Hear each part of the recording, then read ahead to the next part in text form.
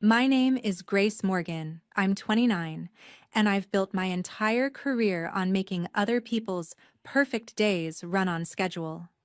Product launches, rooftop galas, CEO town halls, you name it, I've managed it. But nothing prepared me for the day my own family decided I didn't fit their picture. "You're not coming to the wedding," Mom texted coldly. "Selena's family doesn't want you there," Dad added a minute later, as if he were forwarding a calendar update instead of cutting his eldest daughter out of her sister's wedding. I stared at the screen, the words burning more than I wanted to admit. For a few seconds my thumb hovered, because this was the kind of moment that changes everything whether you answer or stay silent. Then I typed back, slowly, so I wouldn't soften it.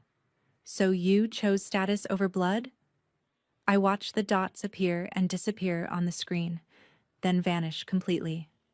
No explanation, no apology, just silence. Fine. They wanted a clean guest list to impress Selena's wealthy in-laws, the Carsons.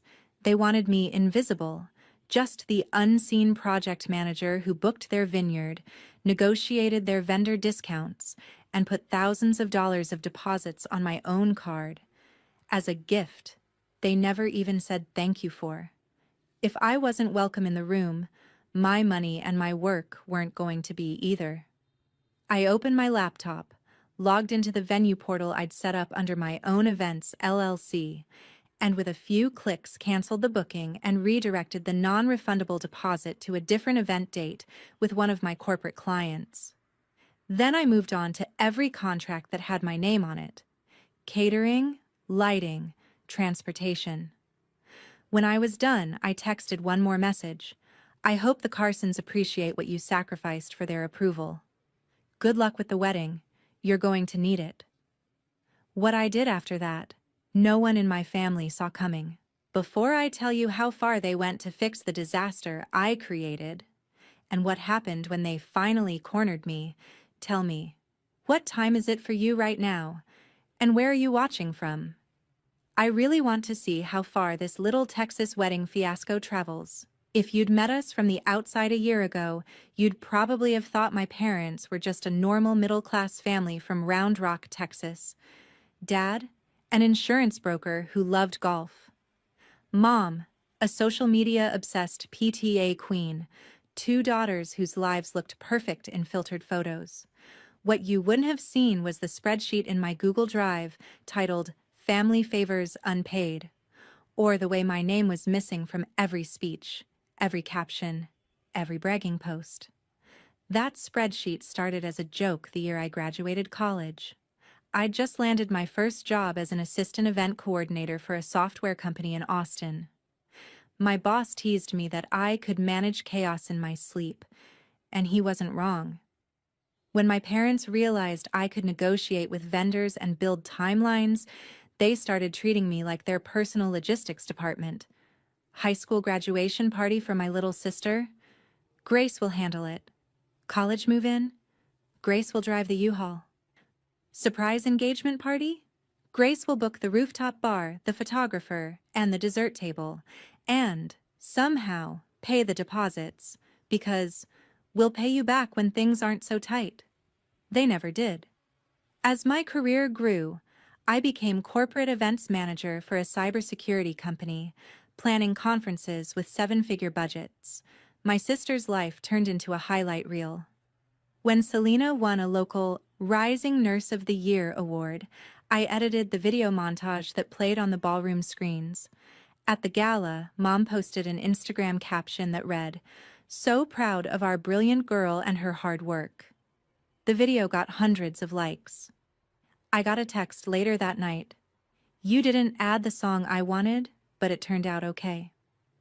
When Selena got engaged to Daniel Carson, a hospital administrator whose parents sat on local nonprofit boards and donated to the symphony, my phone lit up, not with news, but with tags. I found out via a reposted TikTok of the proposal in downtown Austin, fairy lights, and a hired violinist. In the blurry background, though, right next to the hired photographer, was my own tripod. Weeks earlier, Mom had called. Can you lend your equipment? It's just sitting there anyway.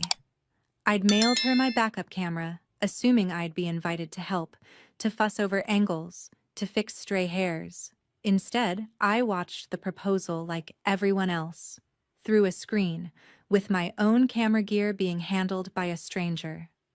Still, when Selena called the next day, squealing through the speaker, I swallowed the hurt. "I want you to plan everything," she said. "You're the only one I trust to make it perfect." And God help me, I said yes. It started with a Pinterest board and ended with an entire Notion workspace, budget trackers, vendor lists, mood boards, and a master timeline that could have run a Fortune 500 conference. I leveraged my work connections to get them a dream venue, a hill country vineyard that booked out 18 months in advance. I put the deposit down through my events LLC to get my corporate discount.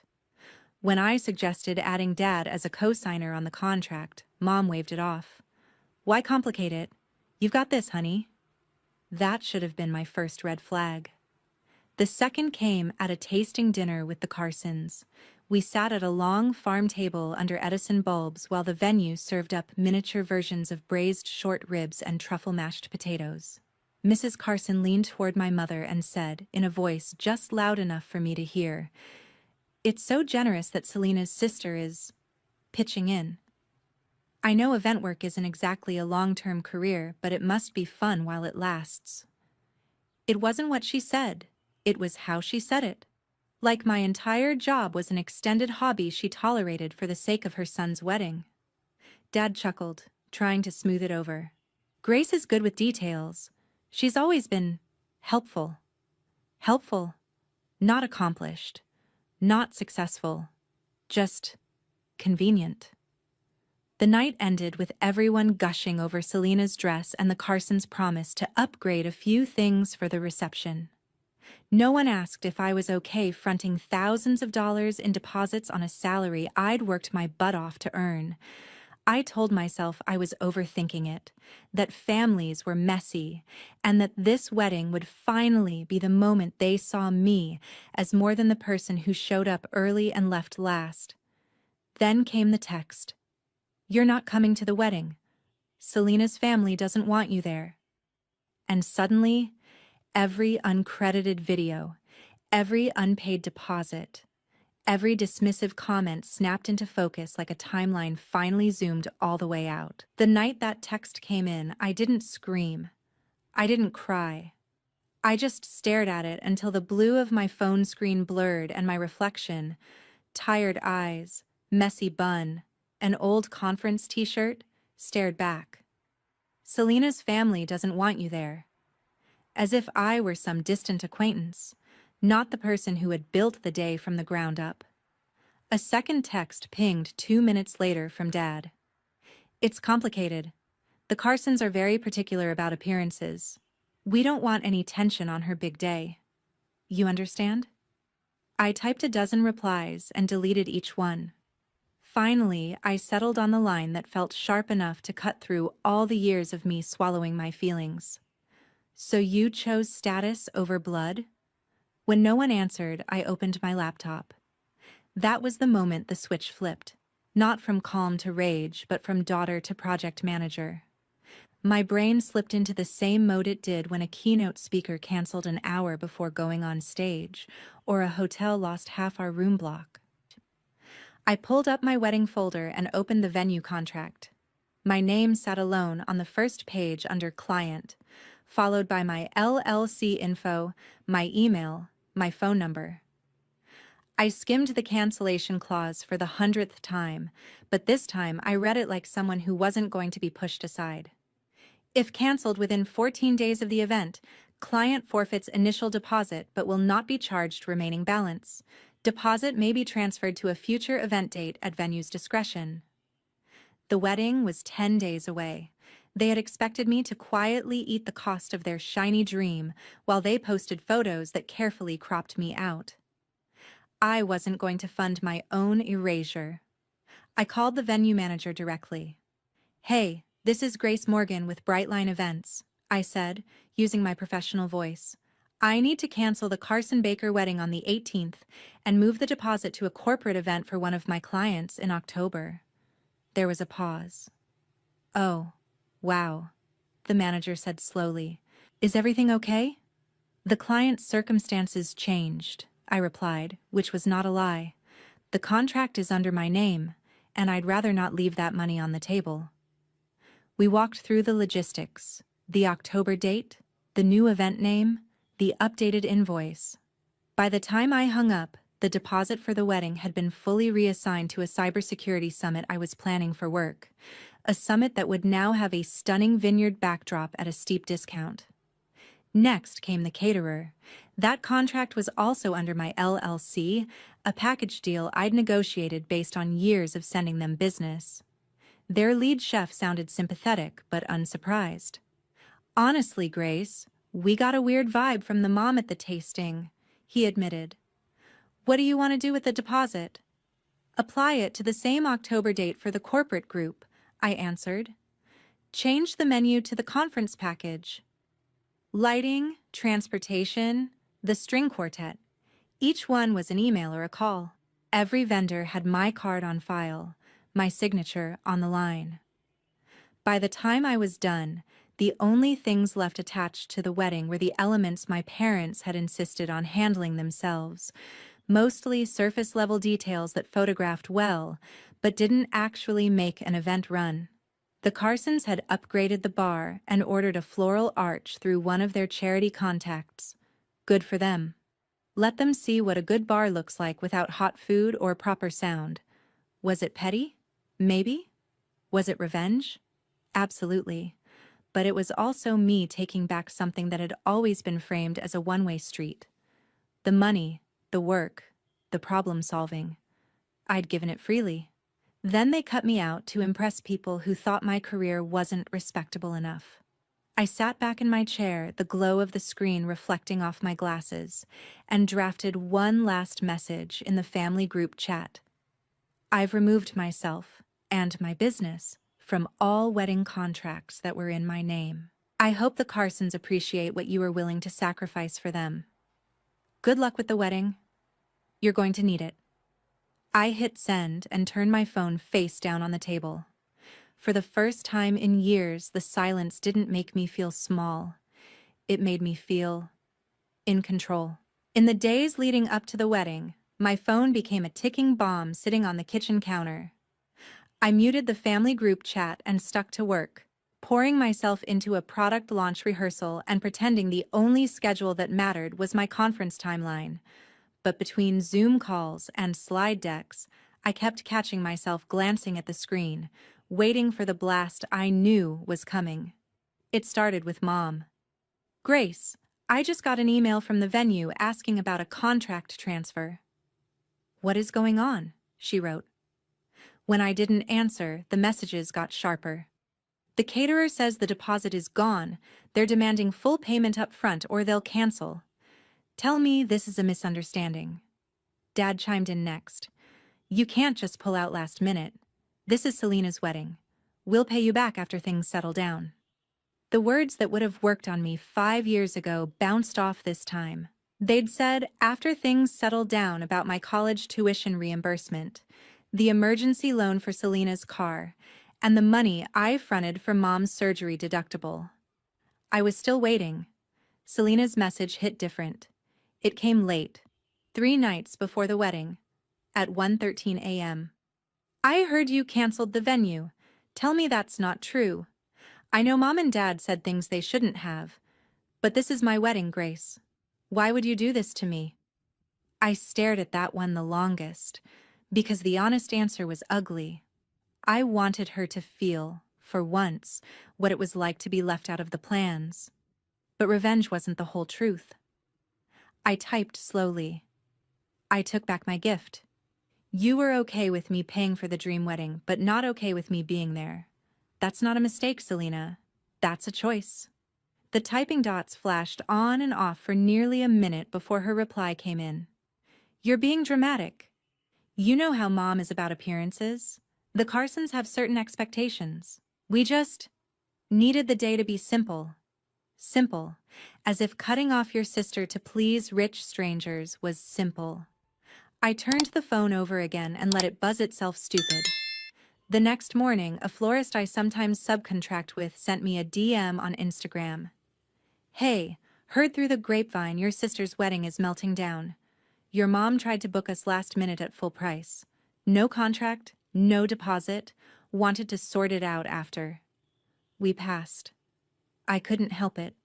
I laughed. Not a happy laugh, but the startled kind you let out when something is so on brand for your family it's almost funny. It wasn't that I wanted them humiliated. I just wasn't going to be the parachute this time. The day before the wedding, a courier showed up at my apartment with a long white box and a crisp envelope taped to the lid. Inside was an expensive bouquet of white peonies and eucalyptus, the sort of thing bridesmaids held in styled shoots. The envelope held a handwritten note in my mother's looping script. Gracie, we've all said things in the heat of the moment. This day is bigger than any one person's feelings. Please don't ruin your sister's future over a misunderstanding.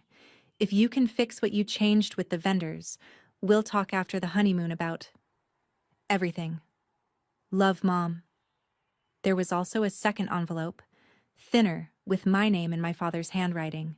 It held a personal check for exactly 1/3 of the venue deposit, nowhere near what I had put on my card for the entire wedding portfolio. It was less an apology than a negotiation. Here's a small token. Now restore our image. I stood in my kitchen holding both envelopes, the flowers on the counter between my elbows. For a split second, I saw the version of this story where I caved, where I made some frantic calls, salvaged what I could, and watched from my couch as they posted sunset photos tagged #CarsonWedding, pretending none of this had ever happened. Then I saw the other version, the one where I kept my promise to myself and stopped fixing problems for people who didn't mind erasing me. I walked the bouquet to the trash can, hesitated, then grabbed an old mason jar, filled it with water, and stuck a single stem in. I left it on the table and threw the rest away. You can keep one pretty thing, I muttered to myself. The rest of this mess is on them. The morning of the wedding, I woke up earlier than I needed to. I made coffee, opened my laptop, and checked the event portal for the corporate summit. The October date glowed on the screen with a tiny green confirmed icon. That deposit wasn't coming back to my parents' side of the ledger. It was already invested in a future where my skills and my work were respected.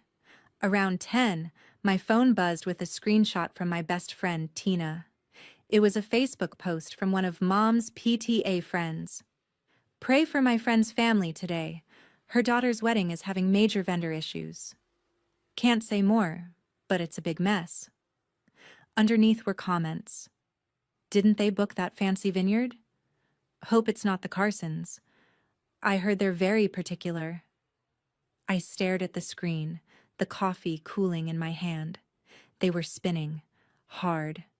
And for the first time in my life, I wasn't on their crisis management team. I could have stayed home and watched the disaster unfold through filtered photos and secondhand gossip. Instead, a calm, almost clinical thought slid into my mind. I wanted to see what happened when I wasn't there to patch the holes. Not to gloat. Okay, maybe a little. But to witness the moment my family realized I wasn't their safety net anymore.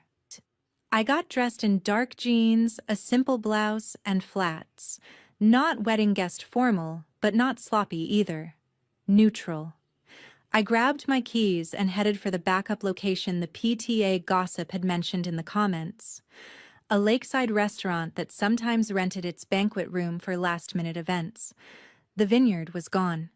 The dream had already cracked. I just wanted to see how loud it would shatter.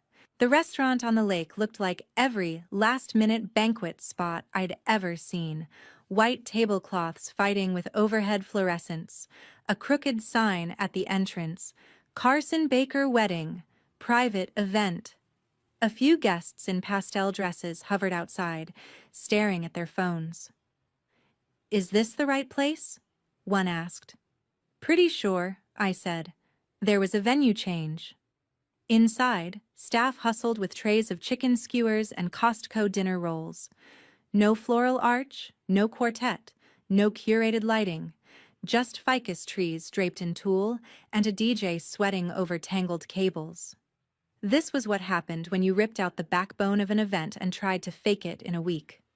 At the far end, Mom stood in navy, smile sprayed on like her hair. Dad paced with his phone, face too red.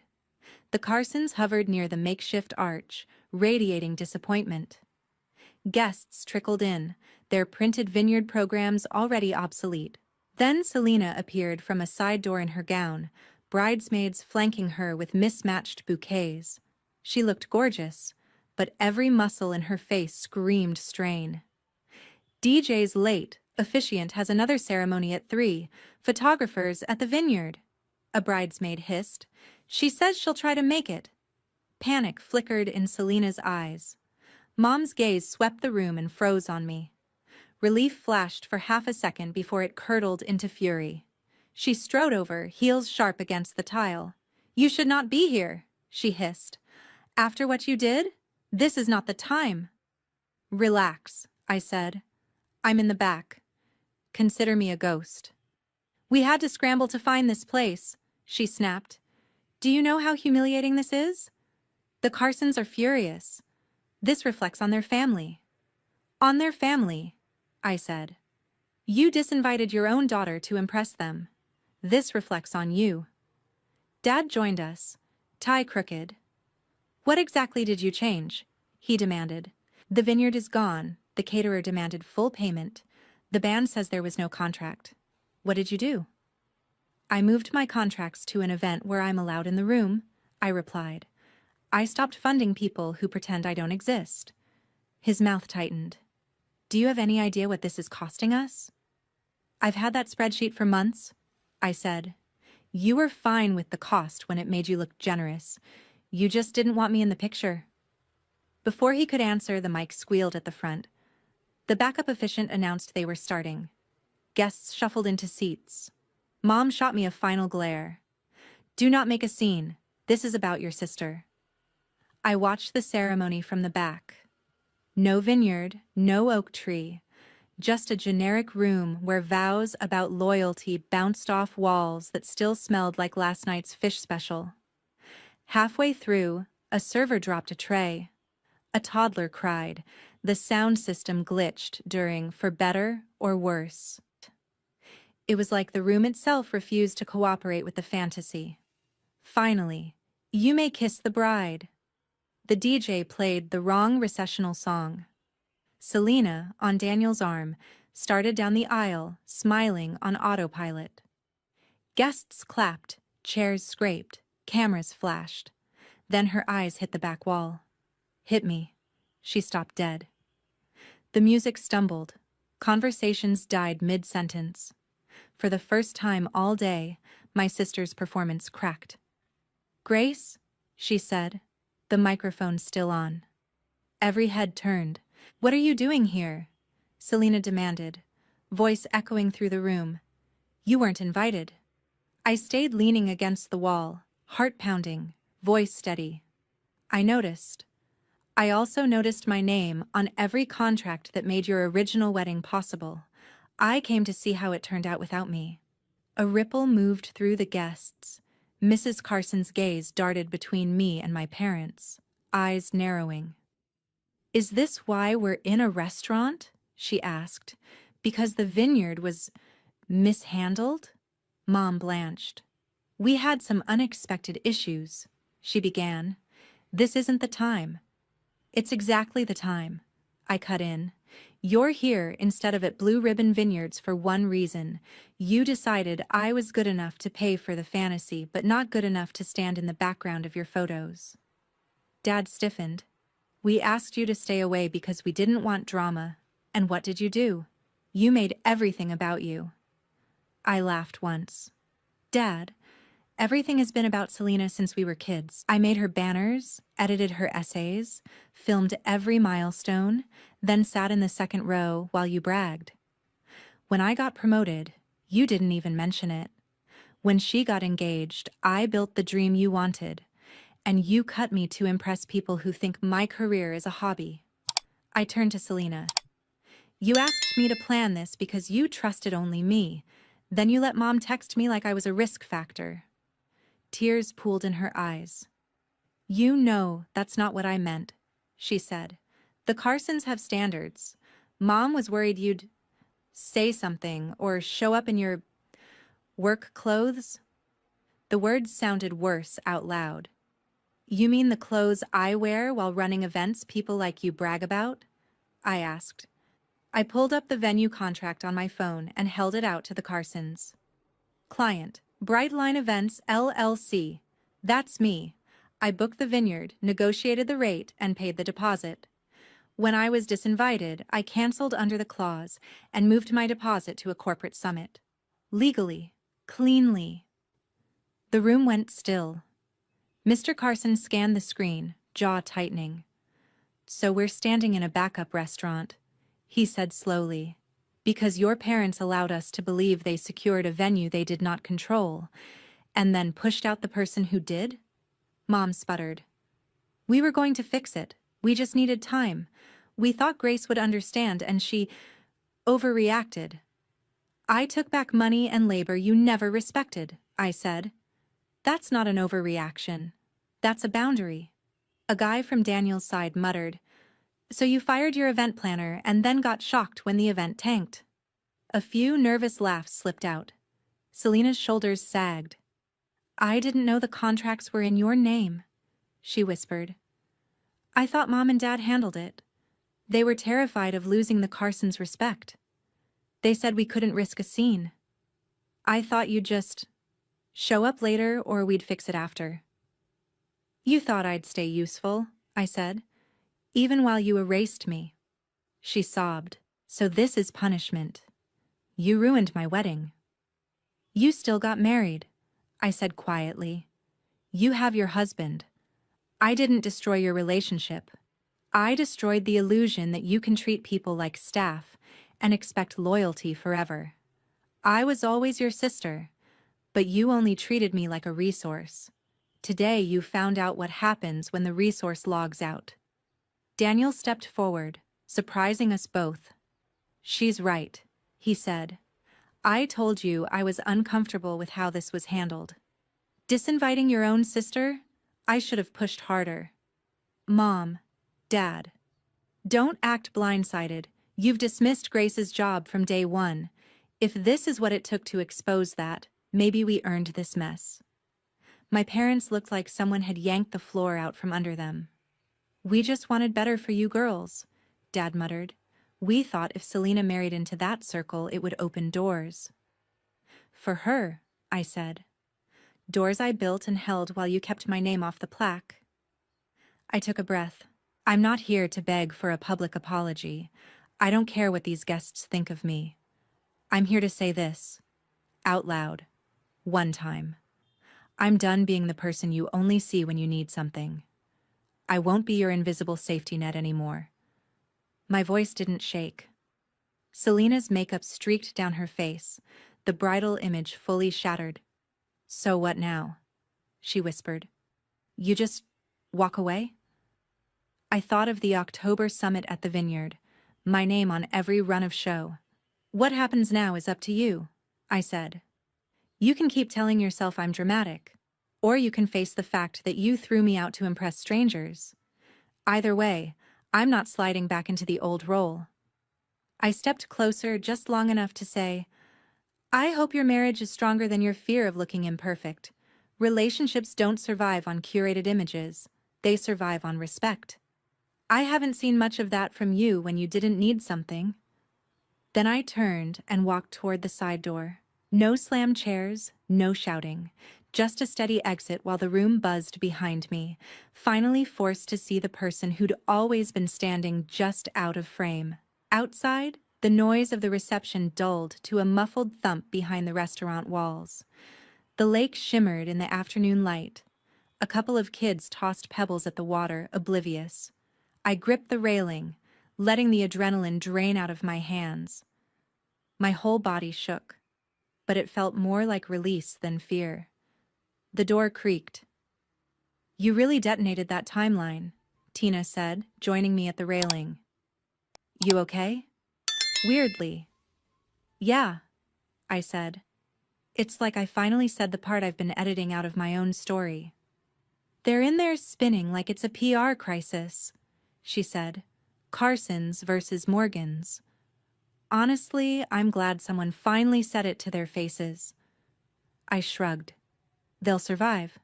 Embarrassment doesn't kill you. It just strips off the filters." For years, "Don't embarrass us" had been their favorite leash. Today I dropped the leash on the floor.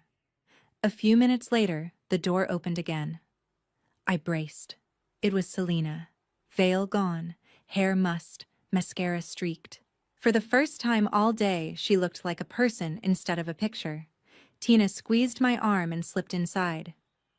"If you came out here to punch me, I don't have energy to duck," Selena rasped. "Punching you would be easier," I said. "Talking is harder." She came to the railing, leaving space between us. "You really hurt them in there," she said. "Mom and Dad." "They really hurt me long before today," I answered. She nodded once. "I know," she whispered. "I just didn't want to look at it. It was easier to believe you liked being the one who handled everything. If I admitted it was unfair, I'd have to admit I used you too." "I didn't mind helping," I said. "I minded being expected and erased." She swallowed. "When Mom sent that text, I knew it was wrong. I knew. But she was crying about losing respect, and Dad said we couldn't risk upsetting the Carsons. I told myself you were strong and we'd fix it later. I made later do all the work." "Sometimes later doesn't come," I said. "That's why I drew a line." She looked at the water. "So, are you done with us? Forever?" "I don't have a forever plan," I said. "I know I need real space to build a life where I'm not constantly proving I deserve a chair at the table I set. If we ever rebuild anything, it'll be with boundaries that stay in place when it's inconvenient." Her voice dropped. "Do you hate me?" It was the most honest thing she'd asked all day. I thought of our childhood, the late nights on piano benches and practice fields, all the ways we'd been cast in roles we didn't write. "No," I said. "I don't hate you. I hate the script we were given. You got to be the star. I got to be the stagehand. Mom and Dad liked it that way, and we both played along." She blinked hard. "Then what does love look like to you now?" "It looks like people who apologize without turning themselves into the victim," I said. "Parents who care more about their kids' mental health than their social status. A sister who doesn't wait until her wedding day to decide if I'm good for optics." She let out a wet little laugh. "Daniel told my parents he's not going on the honeymoon until they agree to therapy," she said. "He actually said the word boundaries to Mom." I thought she'd pass out. I felt my mouth curve. That was the real price landing, not just a ruined aesthetic, but consequences they couldn't charm their way around. "Good," I said. "Maybe having to tell the truth to a stranger in a quiet office will do more than 100 pretty photos ever could." She took a breath. If we go too, me and you, to therapy, would you ever consider being in the same room as me again? Not now. Not next week. Just someday." I pictured the October summit at the Vineyard. My name on the signage, staff asking me where to place the stage, not my parents. Maybe one day I'd invite her to see that world on my terms. "Someday is more honest than never," I said. "So, maybe, if the work is real and not just for show." She nodded like someone accepting terms. "Okay." We didn't hug. We just stood there, two women in expensive clothes staring at a lake while a messy reception limped on behind us. A few weeks later, I was back on that Vineyard hilltop, headset on, watching a cybersecurity keynote wrap under the lights I'd once imagined for Selena's first dance. The venue manager smiled. "I'm so glad this date went to you. she said. The last couple that tried to scramble something together? It was rough. They didn't have a grace. Yeah, I said. I heard. That night at home, my phone buzzed. A photo from Selena. Her and Daniel on a couch beside a woman in a sensible blazer. The caption, Session 1. No excuses. Thought you should know we're trying. I stared at it, then typed back, I'm glad. Keep going. No emojis. No promise to visit. Just acknowledgement. After I hit send, I opened my notes app and wrote, You're allowed to walk away from people who only call when they need something, even if they're family. Especially if they're family. I don't know what you would have done. Would you have canceled the venue or swallowed the insult and shown up anyway? At what point does keeping the peace just mean burying yourself so everyone else can look perfect? That's the line I'm learning to guard. But I know this much. My life is no longer organized around making other people look good while I vanish in the background. And for me, that's worth more than any flawless wedding. But I'm curious. Where would you have drawn the line in my place? From my point of view, this script isn't just about payback for the drama. It's about the exact moment a daughter finally steps out of the role of unpaid firefighter in her own family. Grace canceling the venue and pulling her money and labor back isn't about destroying a wedding. It's her saying clearly, family shouldn't be built on disrespect and exploitation. In real life, a lot of people are taught to tolerate everything for the sake of peace, but the price is their self-worth and mental health. The key plot beats in this story highlight that healthy boundaries, mutual respect, and the courage to say no to unfair treatment are not cruel. They're necessary. That, in itself, is a form of love too. Love for yourself, and a lesson many families seriously need to relearn.